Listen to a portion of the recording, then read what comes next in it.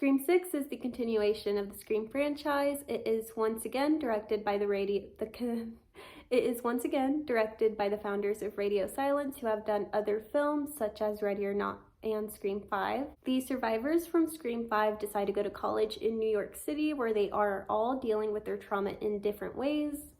Tara is dealing by living her life very recklessly, convinced that the only way to get over her trauma is to live boldly.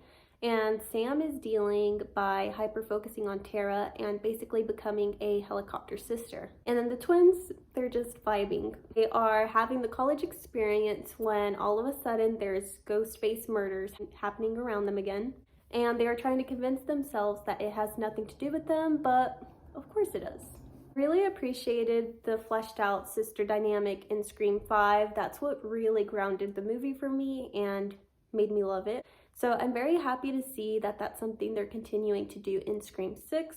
They're also continuing to just flesh out other surprising relationships. Characterization in this movie is just so good. Like, this film is focusing so much on character development and really making sure you care about each member of the core four. They all have like their own personalities and feel so real to the point where you care about them deeply.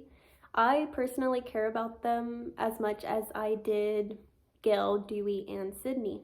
Speaking of Sydney, her absence is noticeable in this movie, and they try to play it off like she is getting her happy ending, but we all know why she's not there. Her absence actually makes Gail's character look out of place in this movie. Gail gets like one big scene, and that's kind of it. But if you were to cut out that scene, it wouldn't really change the movie. I just hope they either give her more to do in the next movie or just don't have her there at all because it's just feeling awkward. They are focusing on a lot of character development in this movie, so it does feel like it takes a while to get to the gore, but once it gets to the gore, it is brutal. There isn't scenes like this in other Scream movies. There's the murder, there's the ladder scene, there's the subway scene, there's the opening scene. It's all insane, and it kind of made me miss the days of goofy Ghostface. The goofy Ghostface that would just constantly trip on themselves, because why are these ghost faces just like scaled murderers now? Not that I'm complaining, like, I know we eventually have to change things. It's just, I just miss the goofiness, and I do feel like this movie was kind of lacking in that. I do feel like this movie could have also used its setting to its full potential. It's based in New York City, and they kind of barely use it. It's also based in college, and we only get like one real scene of them interacting like college students.